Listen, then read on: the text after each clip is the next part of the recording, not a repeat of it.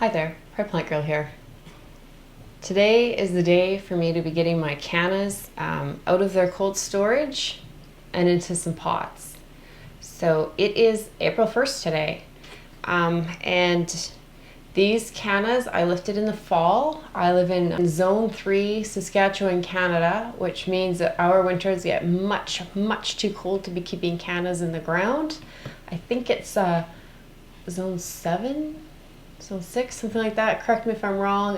Where cannas can start to stay in the soil. But the main thing that I know is they don't last here. So it's time. I pulled them out of my cold storage. I actually pulled them out yesterday and just brought them into my garage just to get one more step done. And then today I pulled them up. They were stored in buckets. I had this one and another larger bucket, and they had wood shavings in them. So first year I stored them in wood shavings. Normally I use vermiculite or peat moss, but I couldn't get my hands on that last year. I do have a video that I did last fall about how I put these into storage. So if you're curious about how I did it, go check out that video. But today I pulled them out of there. I knocked the wood shavings off pretty much completely, and they still had a lot of soil kind of around the root mass, so I took a lot of that off out in the garage as well to keep as much mess out there as I could. So now I need to divide most of these up, and I'm going to try and get them potted up. I have these pots in the house here. I may need to go out and get something larger for some of these, depending on how much I can get them divided up, but this is what I have for right now. Once I am ready to pot them, I have a mixture of potting soil and a growing medium that's mostly peat moss and perlite, and I just mix that half and half. It doesn't really matter what you put them in. I just find that'll give them a little bit of nutrients and also keep it light in area and hold enough moisture for them. So that's just what I've done for this year. It's not necessarily how I do it every year. You're probably going to want some secateurs. Snips might work, or a sharp knife. Gloves might be a good idea. When I get to potting them, I'm going to put a little bit of bone meal in the potting soil there, just to give them a little bit of a nutrient boost, and then a little bit of water just to moisten the potting soil again. But you probably want to do this outside if you can. That's usually where I do it, but it's crazy windy out there today. Or put down, a tarp or somewhere that it's going to probably get messy. So depending on how you saved them, I guess.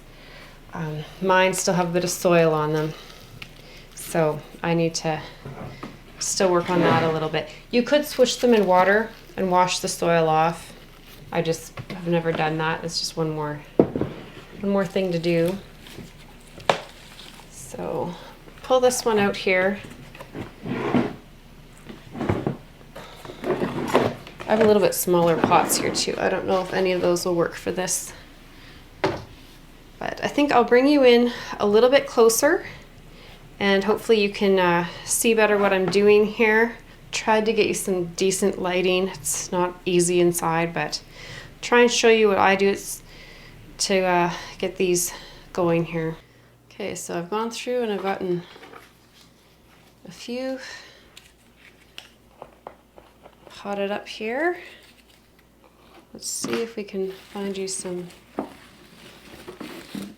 good example. Find you a good example here of one that I can divide. Or you might want to cut it apart. You can see this is pretty large, has a large growth out this way, larger piece on this side, and there's a connection in the center here. So let me just clean this up a little bit, and then I'll show you how to divide one like this.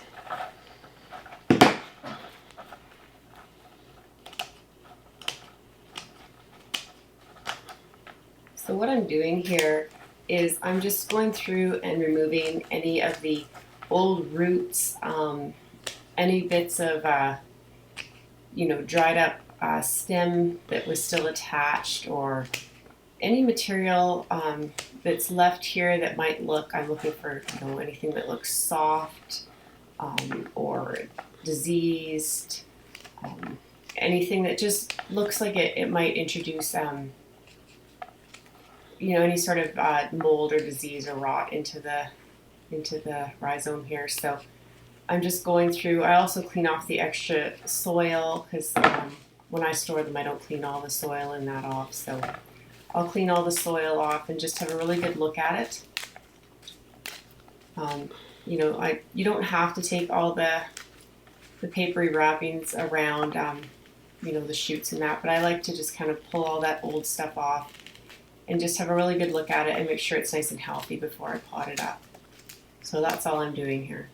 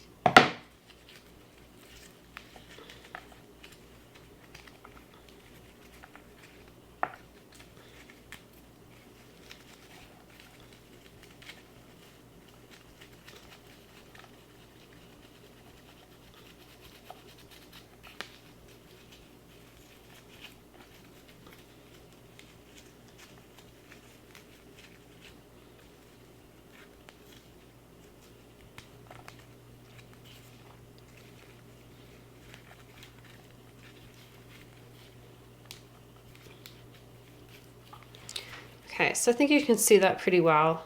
So I just have it upside down here, but you can see there's some large like thumb pieces or fatter coming in several directions. These are the sides that are going to have the most energy in them to give you the best flower display, the biggest leaves, the best plant.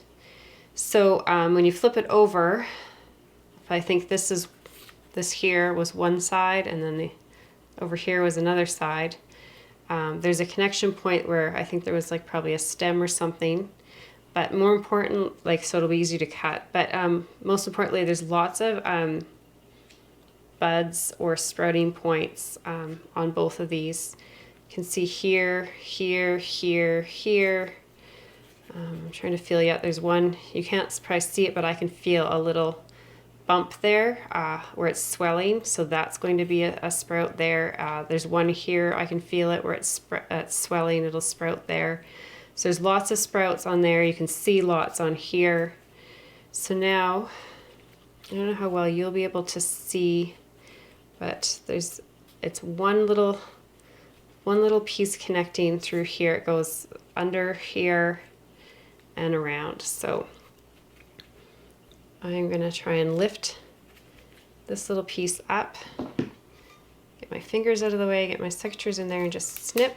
And I probably could have just twisted those and snapped them off, but they're not hard to cut through, and that's what I wanted to show you. You can just do a little snip like that, and you can see now these roots out of the way. Now that I can get at them. So you can see where it was, that's where I cut and that's where I cut, and now I have two pieces. So it was sitting kind of like that before, and I've separated it into two. Now I can see on this one there's kind of a dried up gnarly bit here. I'm just going to kind of get that off, let that heal and see, but this piece it just didn't look healthy. So now what you need to do with these two cut pieces is you need to let them heal so that they can callus over, and then they'll be ready for planting. So just leave them for like 24 hours and they should callus over, and then they'll be ready to plant up.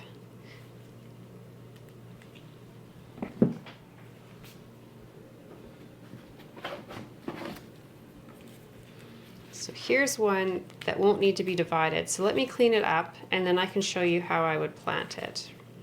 There's an old piece of tuber there that's dried up and rotted, so we'll just get rid of that. Rid of the dirt around it.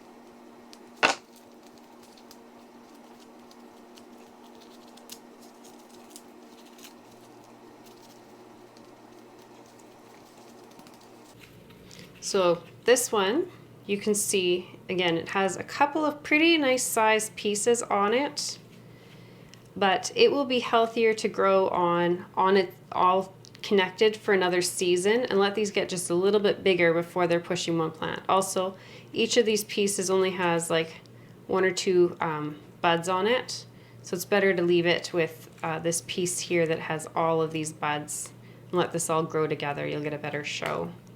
So this one, I've got a bud there, a bud there, bud there, bud there, bud there, bud there, one here. So it has several where it's going to send some growth up.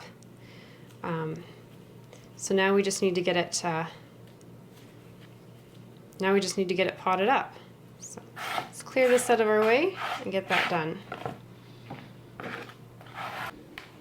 So this is a smaller piece. I should be able to use one of these smaller size pots. I don't know, maybe 8 centimeters by 8 centimeters, something like that. 3 by 3 inches, 4 by 4 inches, I'm not sure. So I'm just going to put a handful of soil in the bottom of this pot. You see it's not very much. A small little sprinkle of some bone meal. That'll just stimulate some root growth. I've just given it a little stir. So now I want this pretty flat on the bottom so that when I set this in, it's not going to have big pockets of air in here, because you see how this is all bumpy and that. So I'm gonna, when I put it in, I'll give it a little twist to kind of work it into the soil gently. And I want the soil worked up into all these spaces. Now I can see the sprouts, the shoots are wanting to come up this way. Most of the root growth is off the bottom, so I'm going to put it flat in. Sometimes they'll want to be kind of growing more on the side or something, and so I'll lay them that way, but I'm not sure that really matters. But so it's going to go down, and I'm just going to give it a little push, a little twist to try and work some soil up around it. And this is where that kind of lofty medium, where, you know, having that little bit of peat moss in there helps, because I took another handful. And I'm just patting it around, and I'm just going to gently, with one finger, kind of poke it around to get it in all those nooks and crannies from the top, and really settle the soil in so there's no air pockets in there. So that's all I'm going to do with this for right now. It'll just sit like this until I see shoots coming, then I'll add in some soil. And just leave it like that. I'm not even going to worry about watering it at this point. This soil has a little bit of a dampness to it right now, and that's all these really need at this point. You don't want to get it really wet and encourage any rot to happen. Once, in about a week, if I haven't seen any shoots yet, which I likely won't, the soil will probably starting to be dry out a little bit, so I'll just give a little drizzle on top just to make sure there's still some dampness in there, just to, you know, help the rhizome know it's time to wake up. And then once I start to see shoots coming, and I'm filling with soil as the shoots grow, and that just, I feel, helps to help with stability once you plant it out in the wind. But this isn't its final location, so you could just plant it deeper, a little bit deeper when you plant it out. But I find that piling the soil on now just gets those leaves used to growing around the dirt, so you're not having a lot around it all of a sudden. It might rot them off. But as for watering, once it starts to show real growth happening, then you'll be able to up the water and up the water. But until it's really growing, all it needs is a warm spot and just a slight dampness to the soil, not really wet in any way. The warmth and that little tiny bit of moisture will just be enough to wake it up and get it going. And then you're on your way. So this will be a month to 2 months before it's ready to go outside in my climate here. You definitely want to wait until you're past your average last frost or risk of frost anyways, and things are warming up. Cannas, they don't want to be thrust into cold conditions. That'll shock them and slow them down. So make sure you you harden it off and, you know, introduce it to the elements slowly, especially with the wind with those big leaves. And you'll be enjoying your cannas before you know it. Make sure you label it too. I don't know the variety anymore, but I know these are red cannas. That's all I grow. So that's really all there is to getting your cannas out of their winter storage, cleaning them up a little bit if you put them away as dirty as I do, you know, separating them if they need to be divided, and potting them up. This will just force them. That's all it's doing, is just forcing them to start growing a little bit earlier because it's still too cold to put them outside. They will be indoors for a few months yet, but it'll give me a little bit longer show come summer. So you don't have to do this, but it'll definitely help. Otherwise you might just be getting flowers at the end of the year. Now if you are just looking for leaves, that doesn't maybe matter as much, but starting them earlier will help. It's going to take 2 to 3 months probably before you're going to see flowers out of this. So hopefully you found that helpful. Hopefully it all made sense to you, and let me know what you think in the comments down below, or if you do it differently, you know, put that down in the comments down below too, because, you know, there's no set way, I don't think, to do everything, and we can all learn from each other. So thanks for watching, and we'll see you next time. Bye.